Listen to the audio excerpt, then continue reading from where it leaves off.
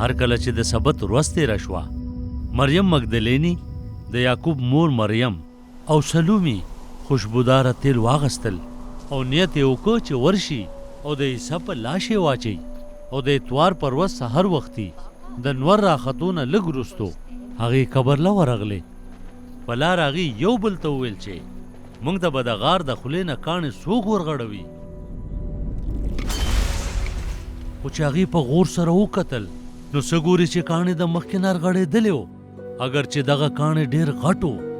هغوی چې قبر ته ورننوتلې نو یو ځوان یې ولیدو چې ښي اړخ ته ناستو او سپینه چوغۍ اچولې وه او هغې اریانې دریانې شوې.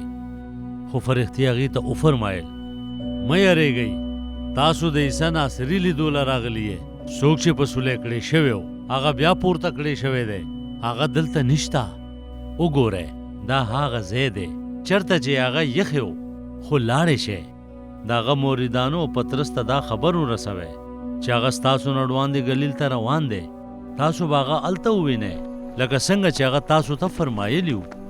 نو هغې بهر ووتلې او د قبر نه په تېښته لاړې، ځکه چې هغې یرې او ډېرې بد اخیستې وې. هغې هېڅ چاته هم غږ ونه کو ځکه چې هغې یرېدلې وې.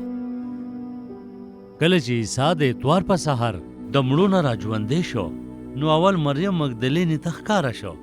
د چا نه چې هغه پیریان لرې کړي وو هغه لاړه او د هغه موریدانو له ورغله چې جړه انګوله یې کوله او هغې ته یې ټوله کیسه بیان کړه. خو چې هغې دا واورېدل چې هغه بیا ژوندی شوی دی او هغې لیدلی دی نو باور یې پرې ونه کړ. پس له هغې نه هغه په یو بل شکل په دوو موریدانو راپېښ شو. څوک چې بهر پټو ته په لاره روان وو هغې واپس لاړل او نورو موریدانو ته یې وویل، خو هغې پرې یقین ونه کړ.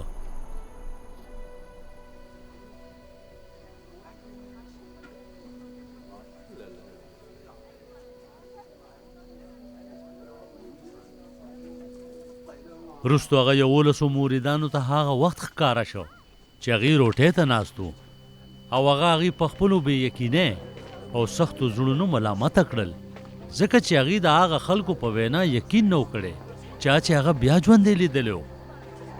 بیا هغه هغې ته وفرمایل ټولې دنیا ته لاړ شئ او زما د زیري واز ټول مخلوق ته وکئ.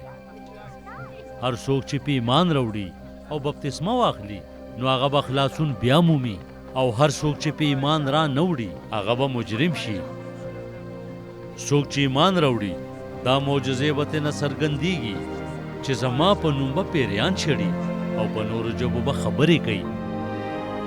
که هغې مارانو له لاس ورړي یا زهر وخوري نو هغې ته به ضرر نه رسي، او په کومو بیمارانو چې هغې لاس کې دي هغې به روغ شي.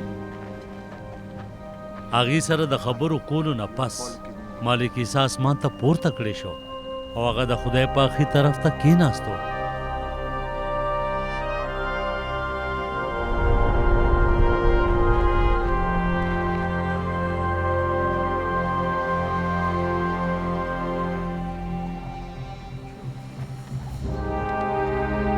نو بیا هغې بهر ووتل او هر چرته یې کلام بیانولو او مالک د هغې سره کار کولو او د هغه معجزو په وسیله کومې چې هغه ښودلې کلام صحیح ثابتولو.